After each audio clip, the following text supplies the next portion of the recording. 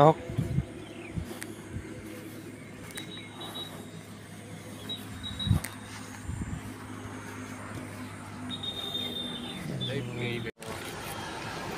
এতিয়া মই এনেই দুআষাৰমান কৈ দিওঁ। সকলোকে নমস্কাৰ জনাইছোঁ। মোৰ নাম শ্ৰী পিংকু পেগু।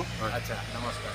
মই একচুৱেলি শিক্ষা পৰিৱেশ আৰু শান্তিৰ একতাৰ উদ্দেশ্যলৈ ঘৰে ঘৰে এনেকৈ মানে ল'ৰা ছোৱালীক বিনামূলীয়াকৈ পঢ়োৱাৰ স্বত্তেও গছ পুলি ৰোৱাৰ ব্যৱস্থা কৰোঁ। ডেইলি ৰুওঁ সদায়।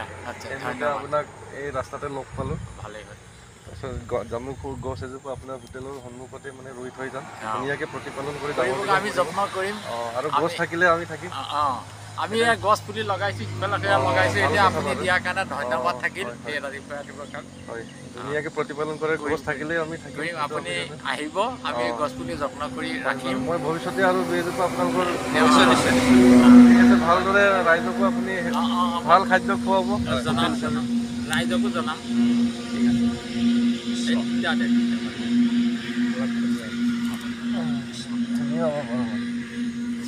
গোবৰ দিব লাগিব। গৰু ছাগলীয়ে যাতে নাখায়। এইটো চব নিজে লগাই দি আছোঁ গছ পুলি চব মানে যোৱাবাৰে লগাইছিলোঁ। ঠিক আছে বাৰু। এনেধৰণৰ সুযোগ এটা দিয়াৰ কাৰণে মই আপোনালোকক সকলোকে ধন্যবাদ জনাইছোঁ। আপুনি ৰোৱাৰ কাৰণে আপোনালৈও ধন্যবাদ থাকিল। হ'ব।